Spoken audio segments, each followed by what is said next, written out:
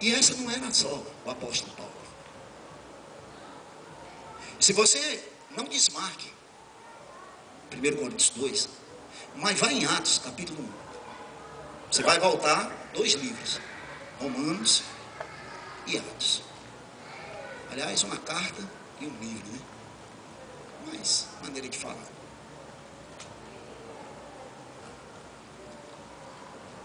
Aqui é Lucas. Lucas, ele não foi apóstolo.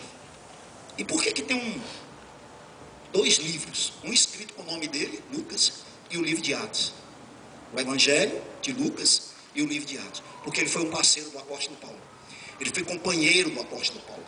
Ele passou a seguir o apóstolo Paulo. Ele era um médico. Nós podemos ver isso em Colossenses, capítulo 4. Mas era um historiador de mão cheia. Um cara muito inteligente. E Deus vai usar Lucas. Agora preste atenção. Capítulo 1, versículo 1. Escrevi o primeiro livro, ó Teófilo. Porque Teófilo, provavelmente, uma pessoa que havia se convertido, se pensa que essa pessoa deveria ter condições financeiras muito boas. Porque ele dá missão a Lucas, e provavelmente remunerando, para saber mais sobre esse Jesus que ele já tinha aceitado como Senhor e Salvador dele. Mas ele queria ter mais fundamentação. Ele queria saber mais sobre Jesus. E como ele não tinha a Bíblia, que hoje nós temos, e às vezes nem conseguimos dar o devido valor a ela, porque lemos tão pouco, quase nada. Mas ele pagava fortuna para que Lucas fosse lá e pegasse alguma coisa de Jesus. Ele diz: eu escrevi o primeiro livro, o Teófilo, ou seja, o Evangelho, relatando todas as coisas que Jesus começou. Quem começou a fazer? Jesus. Não o apóstolo Paulo, não Pedro, não, ninguém. Nem João, nem ninguém. Veio o Espírito Santo, Jesus.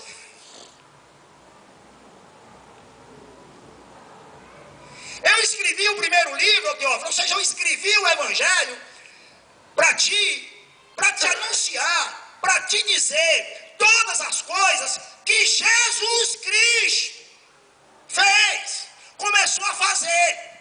Porque na verdade ele diz que começou a fazer e a ensinar. Por que começou? Porque não terminou. Porque no livro de Atos, nós vamos ver Jesus se manifestando muitas vezes, ensinando muitas vezes, depois de ressurreto. Ou seja, o Evangelho se inicia com a anunciação do nascimento de Jesus, no Evangelho de Lucas, e termina com a sua ascensão aos céus, e a volta dele, aliás, depois de ter dado instruções, depois de ressuscitado, ele sobe aos céus, mas não termina ainda o que Jesus havia feito, ou o Jesus iria fazer. Porque ele continua fazendo no livro de Atos, na vida da igreja, como ele continua fazendo hoje. É Jesus que age no nosso meio. É Jesus. Não tem essa história de oração ungida. Que oração ungida? Ungida por quê? Pelo pastor. O pastor é mais cristão do que vocês? Que papo furado, meu irmão. Se alguém vai fazer alguma coisa aqui, é Jesus. Se alguém vai fazer algo, seja o que for, será Jesus. Porque cada vez que alguém tomar uma decisão de fazer parte dessa igreja, antes de fazer isso, ela tem que tomar uma decisão de aceitar Jesus. Isso não vale. Igreja não é clube, igreja não é uma sociedade fechada. Igreja é Jesus, meu irmão. Tem que ser Jesus. E ninguém, absolutamente ninguém, pode dizer que faz parte da igreja do Senhor Jesus Cristo, porque existem muitas igrejas. Existe a igreja do bispo tal, do apóstolo tal. Existem muitas igrejas. Mas para fazer parte da igreja do Senhor Jesus Cristo, tem que aceitar o Senhor Jesus Cristo e se relacionar com o Senhor Jesus Cristo.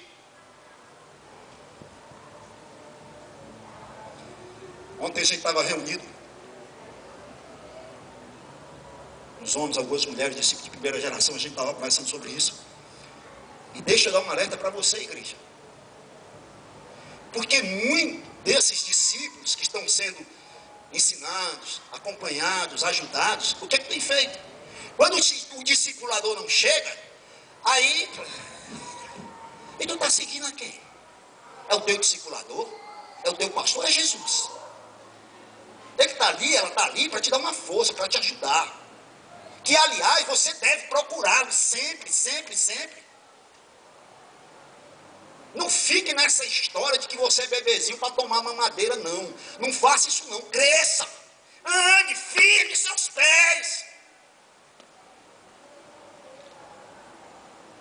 Para que, se alguém se desviar ou morrer ou fizer qualquer coisa, a sua fé está firmada em Jesus. Não estou dizendo que nós não temos que nos amar, que nos respeitar, que nos honrarmos uns aos outros, ter um ambiente onde as pessoas, as feridas são saradas, onde as pessoas têm a oportunidade de derramar, de colocar para fora aquilo que machuca, aquilo que fere. Nós não somos perfeitos, não estamos dentro de uma igreja perfeita, não estamos, mas nós temos um Senhor que é perfeito.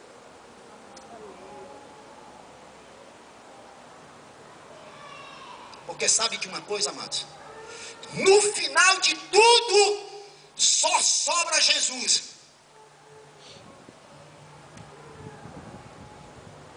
Você vê? Você quer ver como isso é verdade?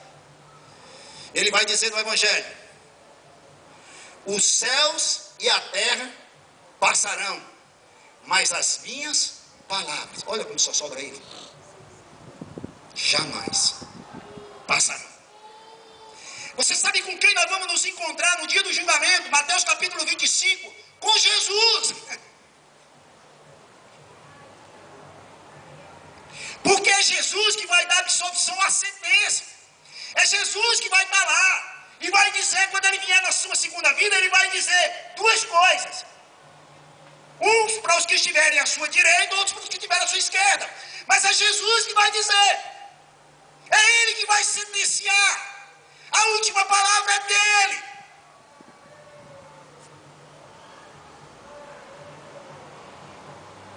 É a ele que todo principado, toda potestade, todo o inferno será subjugado. É a ele.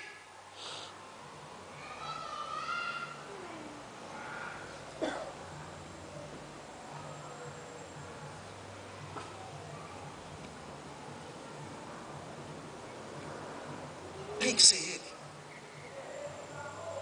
O apóstolo Pedro, em Atos capítulo 4, versículo 12, texto tão conhecido, que eu sugiro, se você não fez ainda, memorize. Gente, esses textos a gente tem que memorizar. Pastor, como é que memoriza? É fácil. Pega o versículo, anota num pedaço de papel, na fila do ônibus, na fila do banco, sei lá onde é que tu vai. Lê de novo, lê outra vez, fecha os olhos, tenta repetir, lê de novo, lê, até aquilo vai ficando, e lê, amanhã você lê de novo, amanhã você repete, amanhã, aí você memorizou, memorizei, beleza, não pare de citar, continue citando, pelo menos pelos 2 meses, todo dia. Sabe o que vai acontecer? Isso vai ficar cravado na tua mente. E como uma música que você escutou quando era criança, e se você ouvir nem a letra não, é só a melodia, ela já vem, porque traz na sua memória, da mesma forma será isso aqui. Na hora que você ouvir uma palavra, vai vir um versículo inteiro, sem você nem se perturbar. Vem todo. O apóstolo Pedro diz, em Atos capítulo 4, porque debaixo do céu, preste atenção, não existe nenhum outro nome. E eu vou parafrasear aqui, porque eu vou parafrasear e colocar com as minhas palavras. Não existe nenhum outro nome pelo qual nós podemos ser salvos. E é isso que ele está dizendo. Não existe nenhum outro nome. Cite qualquer nome. Cite qualquer nome que você quiser citar, mas que nasceu nessa terra, debaixo do céu. E ele está falando do céu de Deus, ele não está falando desse céu que nós estamos vendo. Não tem estrela, não tem sol, não tem lua, não tem mar, não tem gente, não tem autoridade, não tem poder, não tem nada que pode lhe salvar, a não ser pelo nome de Jesus Cristo.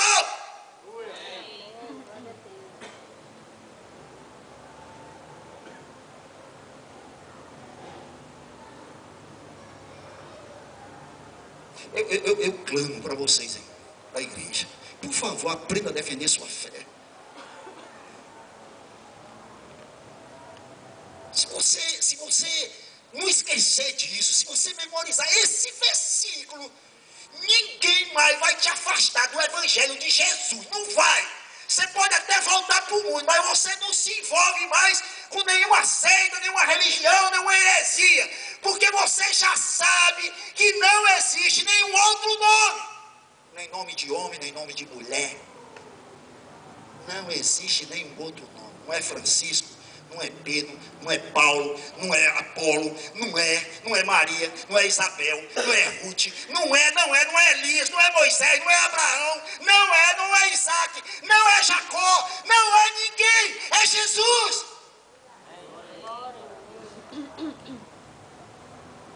Então o apóstolo está dizendo, olha, quando eu tive com vocês aí, eu não quis falar de sabedoria, de filosofia, eu não quis fazer nada. Eu quis falar de Jesus para vocês. De Jesus, da pessoa dele.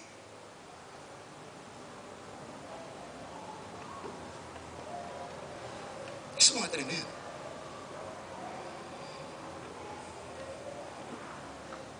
Portanto, como igreja do Senhor Jesus, nós temos que trazer Jesus Cristo para o centro da nossa vida, para o centro da comunidade, para o centro da nossa família.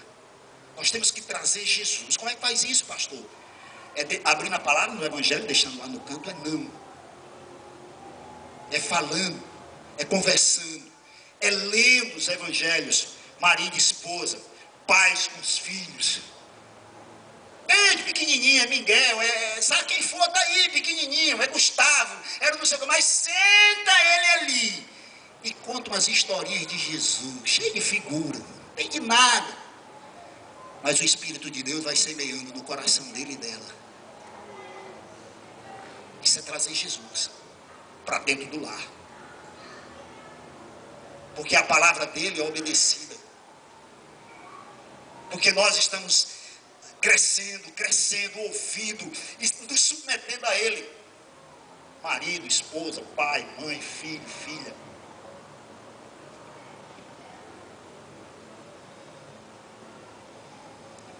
Mas ele diz outra coisa, em 1 Coríntios 2. Ele não diz só Jesus. O que é que ele diz aí? Versículo 2.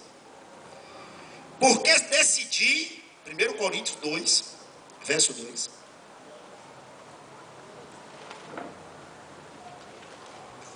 Porque decidi nada saber entre vós, senão a Jesus Cristo. Só Jesus Cristo. E este crucificado. Aqui é outro pecado.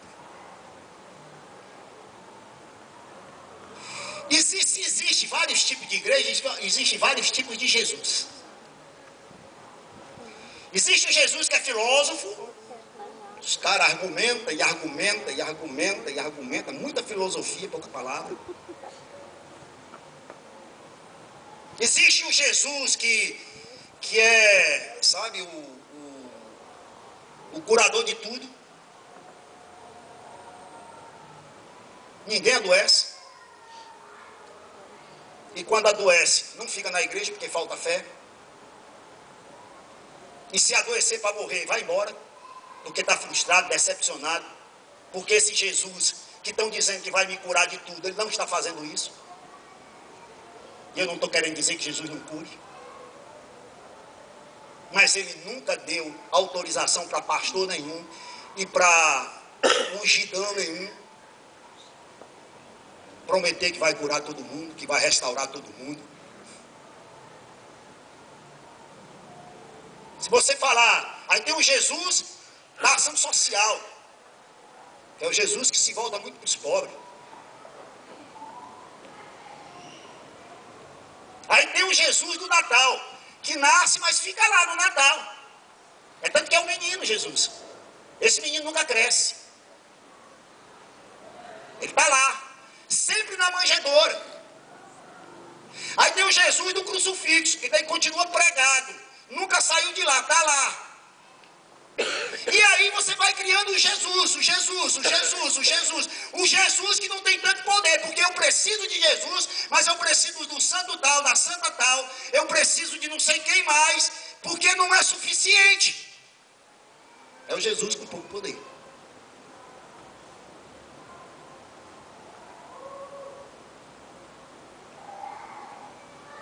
Mas o apóstolo, ele faz questão de dizer uma coisa aqui. Eu preguei para vocês Jesus, mas eu não preguei para vocês qualquer coisa sobre Jesus, não. Eu preguei isso para vocês, esse Jesus crucificado. Cruz. Porque isso tem saído dos púlpitos da igreja, mano. Ninguém fala mais de cruz. Aceite Jesus e você vai prosperar. Ninguém prega, ninguém tem a coragem de dizer, olha, se você aceitar Jesus, é capaz do teu pai mandar você para fora. A minha mãe, quando ela aceitou Jesus, meu pai melado, embriagado, ele dizia assim, olha, eu queria que você tivesse se tornado a maior prostituta, mas não é para você ter feito isso. Porque nós nascemos assim e queríamos morrer assim. A vida dela atormentou, meu irmão. Porque ela tinha um problema de câncer em fase terminal e um marido que repudiou ferozmente a decisão dela por Cristo. Sofreu perseguição. Tem gente aqui na igreja que tomou a decisão, esposa que tomou a decisão e o marido botava um revólver na boca dela para dizer assim, tu vai negar. Está aqui. E eu louvo a Deus, porque um dia desse o marido também vai chegar. Como mais tarde meu próprio pai, depois da minha mãe morta, depois de tudo até acontecido, ela ter ido para a glória e tal, não sei o quê, numa conversa que eu tive com ele, num bate-papo, perguntei se ele queria entregar a vida dele para Jesus, e eu quero.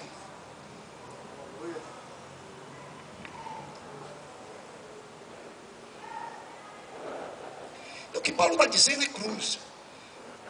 Volte só uma página, capítulo 1, versículo 18 e diante. Certamente a palavra da cruz é loucura para os que se perdem. Você já parou para pensar nisso? Como é que o cara que vai me salvar morre numa cruz? Como é que uma pessoa que vai te salvar morre numa cruz? Que Deus fraco é esse? Então é loucura para os que se perdem. Mas para nós, ou seja, para os cristãos, que somos salvos, é o quê? Poder de Deus. Porque está escrito, destruirei a sabedoria dos sábios, aniquilarei a inteligência dos instruídos. Onde está o sábio? Onde o escriba? Onde o inquiridor deste século, porventura, não tornou Deus louca a sabedoria do mundo? Visto como na sabedoria de Deus o mundo não conheceu por sua própria sabedoria, aprove a Deus salvar os que creem pela loucura da pregação. Porque tanto os judeus pedem sinal, que o judeu queria milagre. Você lembra o que foi que o judeu disse para Jesus? Qual é o sinal que tu vai fazer para a gente acreditar em ti? Ele disse, é o sinal de Jonas. Porque ele fez muitos milagres. E muitos milagres, e muitos milagres, muitos milagres. O judeu pede o sinal. E os gregos, ou seja, o não judeu, buscam os filósofos, as filosofias, buscam sabedoria. Isso é diferente hoje para nós. Olha para o mundo que está em nossa volta. Mas nós pregamos a Cristo o quê? Crucificado.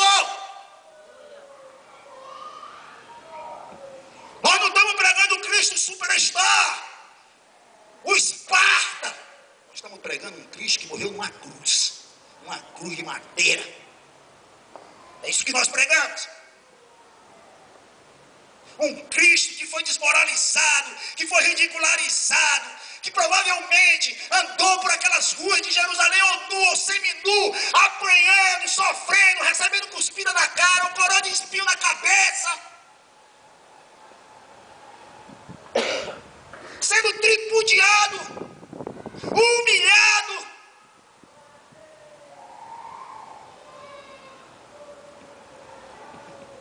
Porque sem cruz, meu, não há salvação. Porque sem cruz de Jesus não há graça, não há misericórdia, não há perdão, portanto não há vida eterna.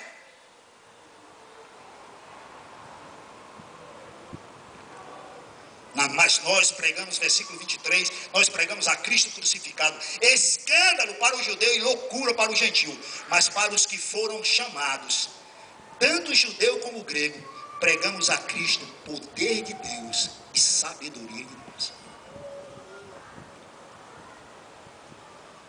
Satanás pensava que tinha dado um laço com Deus, quando ele conseguiu fazer com que Adão e Eva pecassem lá no Éden. Ele disse: agora ele se ferrou, porque a criação melhor dele vai para o inferno. Se ele for justo, ele vai condenar. Mas só que a sabedoria de Deus foi maior do que a sabedoria de qualquer pessoa. E Deus manda o seu filho para morrer na cruz. O justo morrendo pelo injusto. O Cristo, sendo rico, se fez pobre por amor de nós. Isaías diz que pelas suas pisaduras nós fomos sarados. O castigo que nos traz a paz estava sobre ele.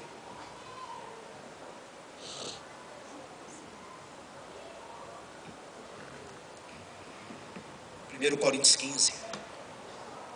Vá lá comigo, meu, por favor. Me perdoe. Aliás, eu nem devo pedir perdão. Olha, eu quero ser uma igreja mais bíblica. Mais bíblica. Tenho pensado seriamente em colocar nos nossos cultos leitura bíblica. Leitura bíblica. Para que todos nós tenhamos a palavra como centro. Roteiro, o caminho, a busca. Olha o que ele diz. Versículo 3. Aliás, versículo 1. Capítulo 15 de 1 Coríntios. Irmãos, venho lembrar-vos o evangelho que vos anunciei.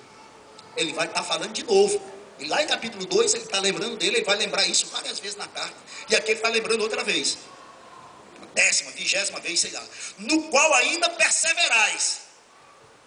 Por ele também sois salvos, se retiverdes a palavra tal qual vos-la preguei. Se vocês não fizeram como os Gálatas, que aceitaram outro evangelho. Mas se vocês perseveraram, qual foi essa palavra, apóstolo? A menos que tenha escrito em vão. Versículo 3. Antes de tudo, vos entreguei o que também recebi, que Cristo morreu, cruz, pelos nossos pecados, segundo as Escrituras. E que foi sepultado e ressuscitou ao terceiro dia, segundo as Escrituras. Esse é o evangelho.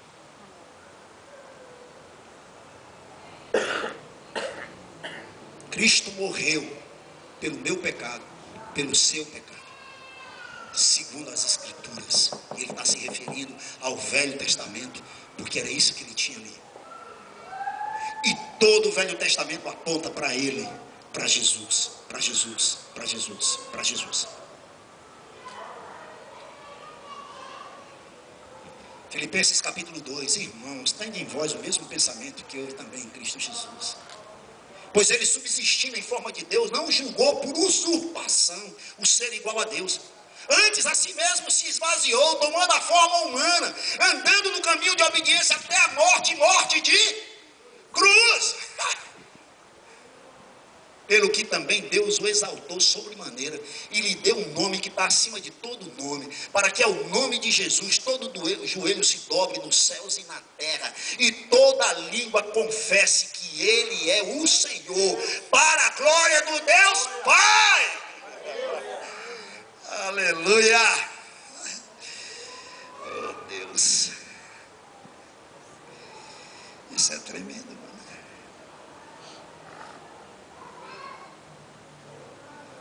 O Jesus crucificado. Mateus capítulo 16.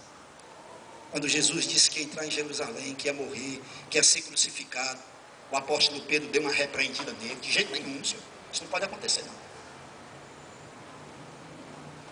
Jesus disse para Pedro, talvez uma das palavras mais duras dentro dos evangelhos: para trás de mim, Satanás, porque você cogita das coisas do homem e não das coisas de Deus. Pedro queria um evangelho, mas um evangelho sem cruz.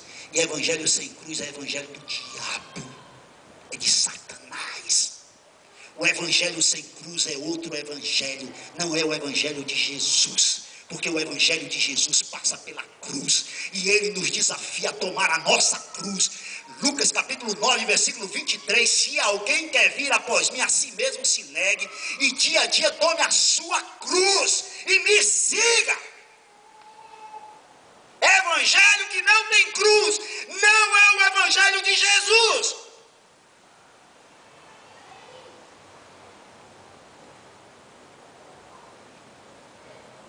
Porque aquele que quiser salvar a sua vida, vai perdê-la. Mas aquele que perder a sua vida por minha causa, vai achá-la. Porque aquele que não me amar mais do que amar pai, marido, mãe, esposa, filho, filha, primo, tia, sei lá quem, e até a si mesmo, se você não me amar mais, disse Jesus, até próprio você, porque se você não estiver disposto, se você entrar numa situação em que você vai ter que me negar para viver, ou vai morrer porque não quer me negar, você vai dizer: eu perco minha vida, mas eu não nego o meu Senhor. Jesus disse: quem não está pronto para fazer isso não serve para ser meu discípulo. Você entendeu a mensagem? Você ouviu a mensagem? Você ouviu?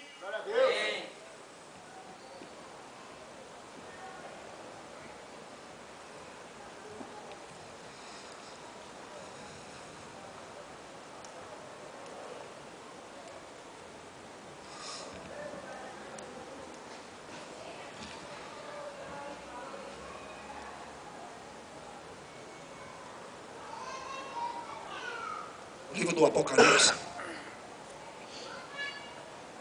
apresenta Jesus glorificado.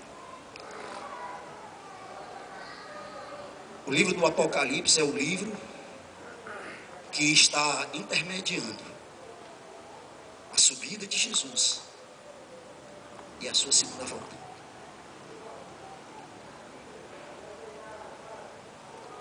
E no capítulo 5, aliás, no capítulo 1, quando João tem a visão dele, porque a última vez que João viu ele ressuscitado, indo para o céu. Mas quando ele vai ver Jesus no céu, ele já vê Jesus em toda a sua glória. E a visão desse Jesus é algo tão estupendo, é algo tão tremendo, tão grandioso, tão espetacular, que ele não aguenta. Havia tanta glória na pessoa de Jesus que ele desmaia. João desmaia. Ele diz: eu caí como morto. E Jesus, numa atitude de misericórdia, que sempre foi a atitude dele, né?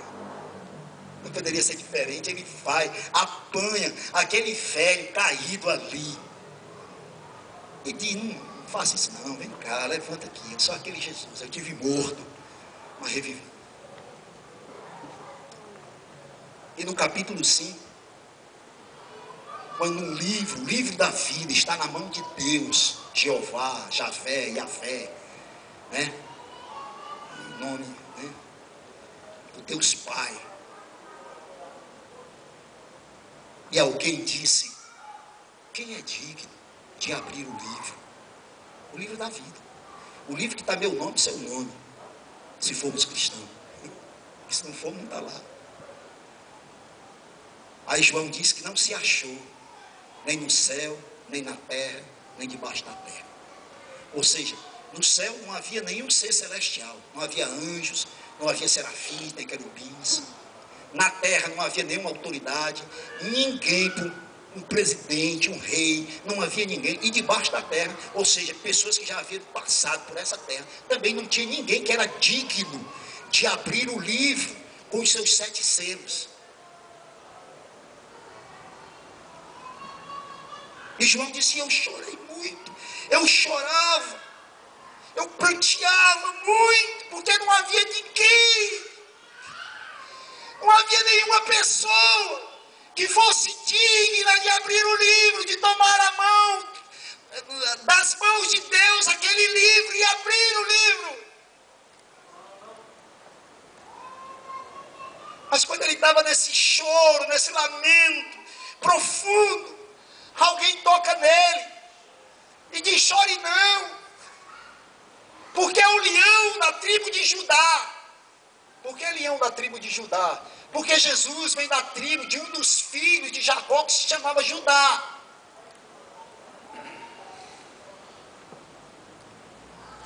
O leão da tribo de Judá venceu para abrir o livro. Aí João se volta para ver o leão da tribo de Judá. Mas quando ele se volta para olhar para o leão, ele vê um cordeiro todo chalpiscado de sangue. Aí foi o sangue na cruz. Foi o sangue na cruz. Que ele derramou por mim. Que ele derramou por você.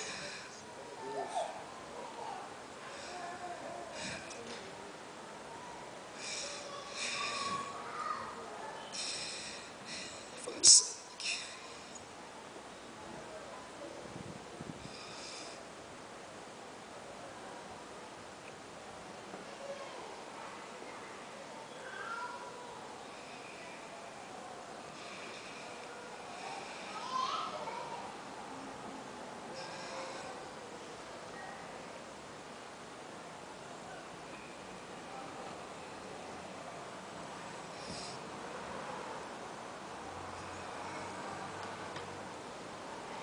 Quero chamar os irmãos.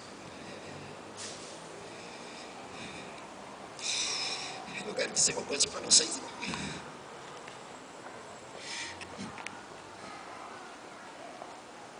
A maior alegria nossa, irmãos,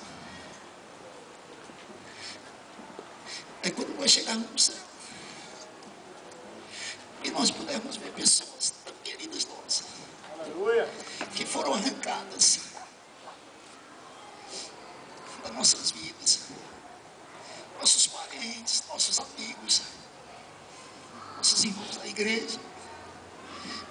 Mas se eles foram lavados no sangue de Jesus, o nome dele está escrito lá, o nome deles, assim como o nosso, e não há mais ninguém que possa pagar, porque foi escrito com a tinta de sangue do Senhor Jesus.